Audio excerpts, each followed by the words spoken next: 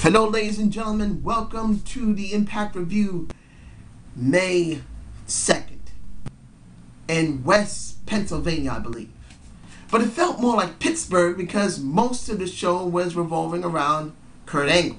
Not all of it, but most of it. This was a very question-filled Impact. Does that mean it was a good Impact? No. But it gave us a lot of questions that's for us to think. So I'm going to get rid of some of the questions that I'm not too fond of. When it comes to Terrence Terrell and Gail Kim, where are we going with this? Now, the tag team of Terrence and Mickey versus Kim and Tara. Average match. We've seen the same old people. We see an ODB with the same shirt with big boobies. The question is not about how sexy these women are. The question is not about the new website.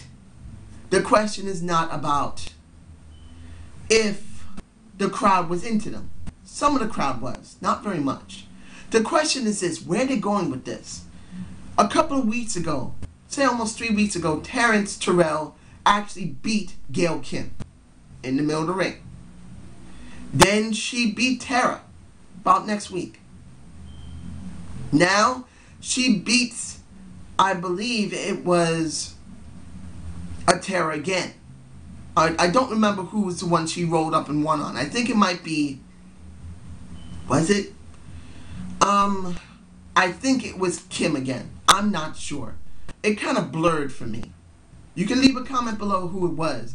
But when it came down to it afterward, they proceeded to allow Kim to beat the shit out of a Terrence Terrell. I felt this was a little late. This could have been done while she was having the match with Tara the last week before. I felt that Tara and Terrence Terrell should have had some interference from a Gail Kim. And the little segment between Kim and Tara really kind of confuses for me personally, because there's almost nothing there. Why even promote saying Kim is dominant like that? Why couldn't she do that over a Brooke Hogan? I know that's saying a little bit about Brooke, and she wasn't in this show. Neither was Velvet Sky, who is the champ. And that's another thing. Next to the Terrence Terrell and Gail Kim not really being allowed to do its work in the week before, what is Velvet Sky going to do now? Who is she going up against? We didn't get a Mickie Jane heel turn. She's gone up against practically every knockout that exists currently on the roster. The only person she didn't go up against was ODB. That's it. And now she's a ref. So who is she going up against? Is she going to go against Mickie Jane again? What would be the point? Mickie Jane just lost her chance. And I'm not talking about the match. I'm talking about being disgruntled. Mickie has shown signs of being disgruntled like a Matt Morgan, who I'll talk about in a minute. But they had this opportunity to try and go to an angle where they didn't have to turn Mickie heel, but they could have given them more depth in her character. Kind of like what happens with a John Cena. They give instances where he could go more and doesn't have to turn face. But in a Mickie Jane's character, she really does need to turn face. But if they weren't willing to turn her face from face to heel, they could have made her at least more edgier and more angrier, but still could have kept a face look. And I don't see anything that's going on with the knockouts. It's just a big question mark.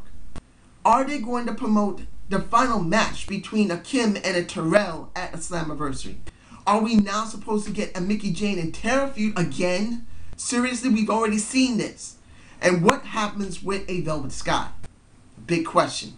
Now let's move on to the one that is a would I call this a bad question mark? It could be.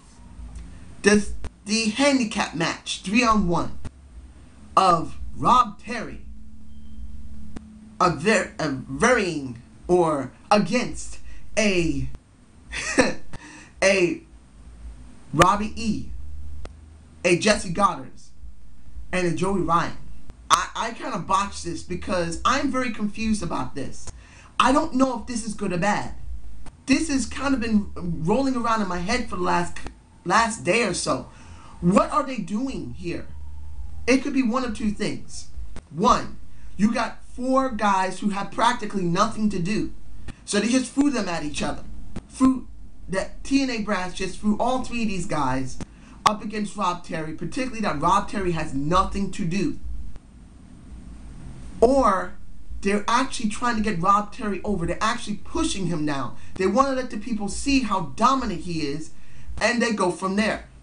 I don't know which one it is. Tell me below, folks. Tell me what you guys believe, because I really am hoping that this is a push for Rob Terry, because the match itself, he was dominant.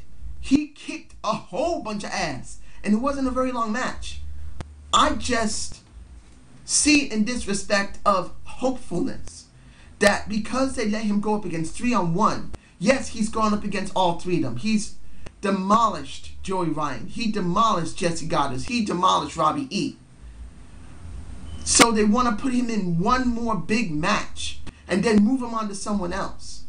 But do I believe that's going to happen? No, I think they're going to keep doing this. Maybe they'll do 2-on-1 again. Maybe they'll do another 3-on-1. Maybe they'll do another 1-on-1. This still seems to be leading into a Robbie E, Rob Terry feud going into Slammiversary. Now, I said this a while ago that they weren't going to separate those guys, because this is still promoting Rob Terry and Robbie E together. I'm kind of hoping that the ending of this in Slammiversary would be for Robbie E to leave. Like an I Quit match. But if there was an I Quit match, which happened later in the night, it wouldn't be over. So in a sense, we need Robbie E to leave. Let him go back to OVW and stay there. Because right now, Rob Terry's at OVW most of the time. You can check the roster. He's there. Put Robbie E there instead of Rob Terry. That would be a good thing. Do mainly a career match, an ending career match for either Rob Terry or Robbie E. That could be what they're doing here. I'm hoping for that. Please, TNA, give me something that will end this feud and make sure they don't come back together. Let Rob Terry have a career-ending match with a Robbie E. Then you push Rob Terry and send Robbie E right back to OVW, where he stays for a while or stays there permanently. And Robbie E didn't job. Rob Terry had a jobber in a Joey Ryan. So I'm going to leave it at that. That's another question. Now here's another question for the tag teams. Ooh, it was a nice segment between Dirty Heels versus Bad Influence. I said that the Fortune tease was just a tease. I really thought at that time that maybe they're doing this to try and distract a little bit from Aces and Eights, because it's really terrible. But I'm wrong. It's more towards going to the tag teams.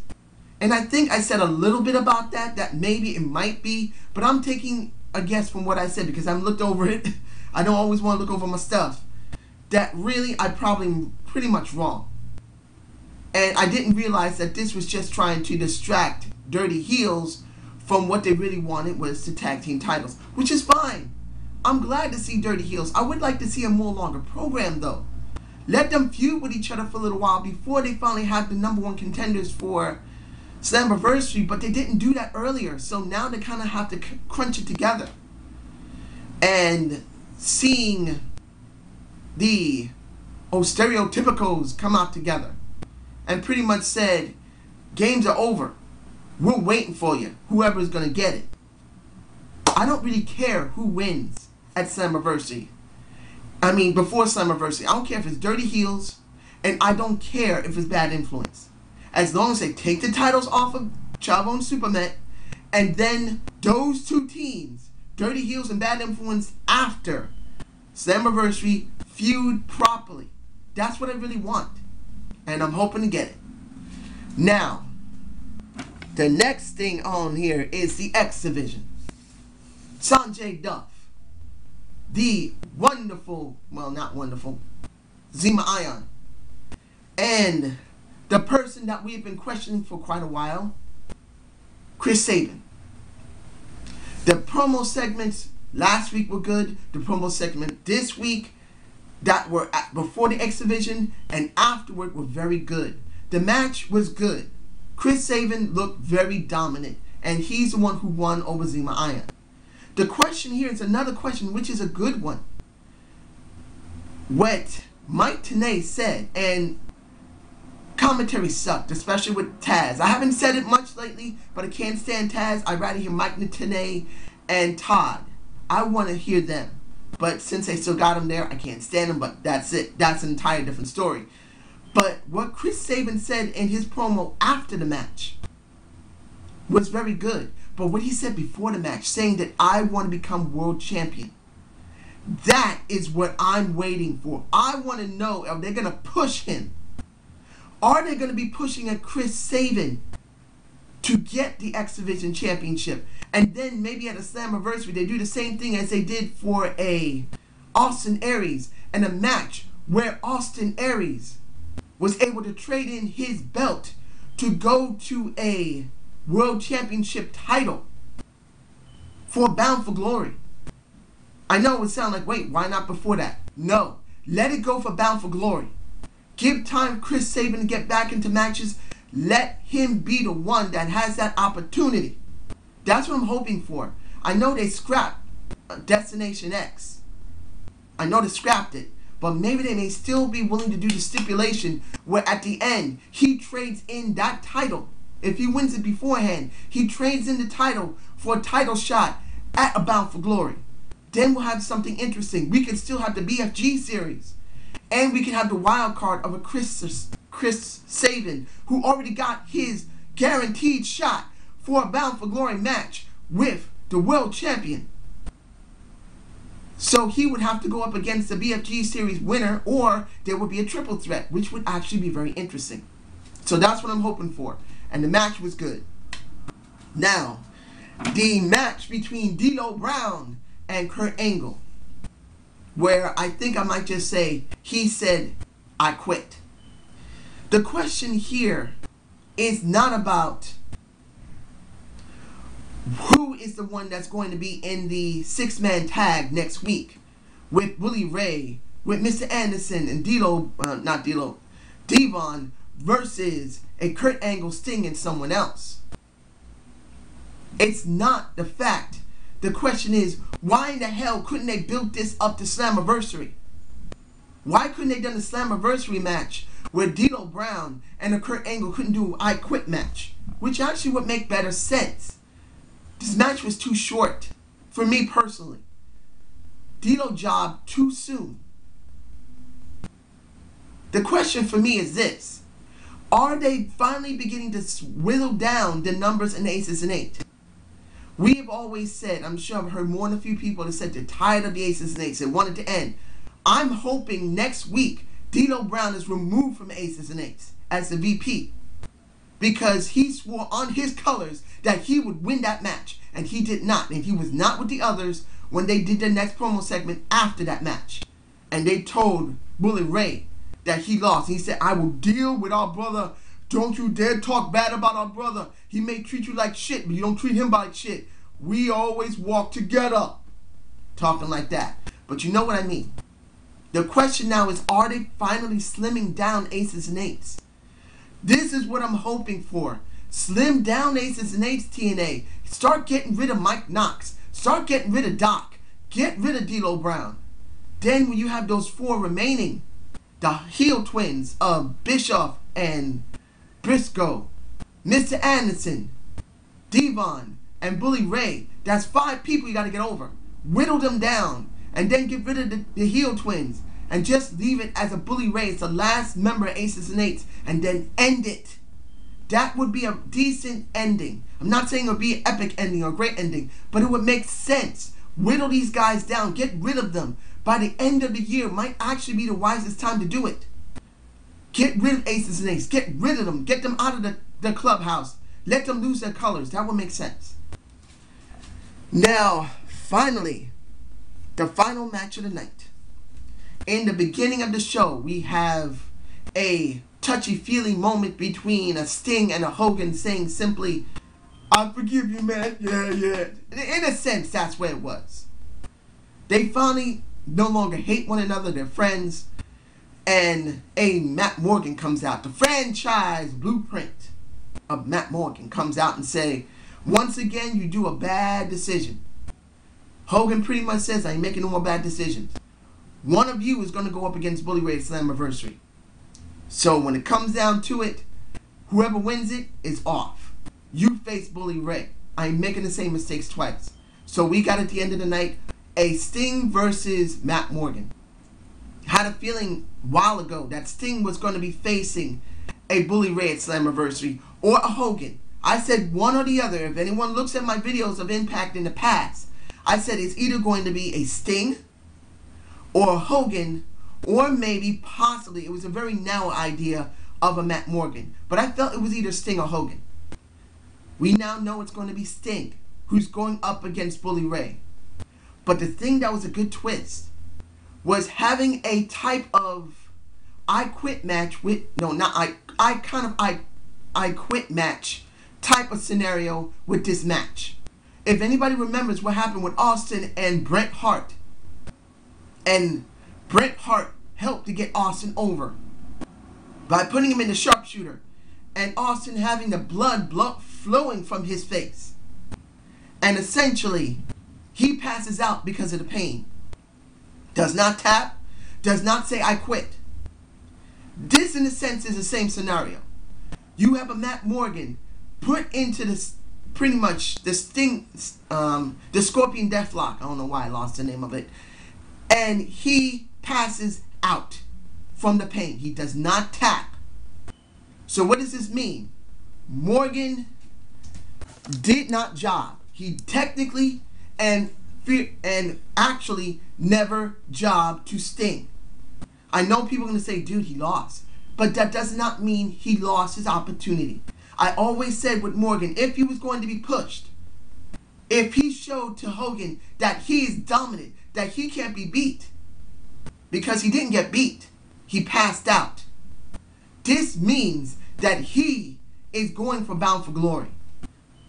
He's not going for Slammiversary. I didn't believe he was going to. I really felt near the end of the year he's going to go for Bound for Glory. So this could be the catalyst for him to start having a rise. Let him rise again through the ranks. Let him prove that he's a tough SOB, because he was. In a sense, that's what we saw. So the question for Matt Morgan is, what goes now? I know he'd go basically to Hogan and say, I never tapped out. He put me in that damn thing and I didn't quit. So I'm still undefeated. Where does this lead us? A B- rating. Mainly because it's all questions. Some of them are very good questions. Some of them suck. But in the end, these are questions you can get behind. We still don't know what AJ is going to do next week when the 6-man tag comes up with Kurt Angle, Sting, and whoever he's going to have teamed up with him. We don't know if he's going to be interfering with James Storm when he is reffing for Bad Influence versus Dirty Heels. We have no clue what's going to happen with Robbie T, Rob Terry. We have no clue at all about any of these questions. So I'm going to leave it at that. And I hope you enjoyed the Zane's View. Subscribe and comment to my channel, ladies and gentlemen. And I really hope, I'm hoping really, the most important thing here is that TNA remembers that now they're doing this 4 pay-per-view schedule, they do not overuse certain things like the X Division Triple Threat or the Knockouts, doing their new website. They don't overutilize it. They made it new, it's fresh, it's fine. But try to not put it in a certain way that over promotes it and makes it bad. So I hope you have a good day and have a good night.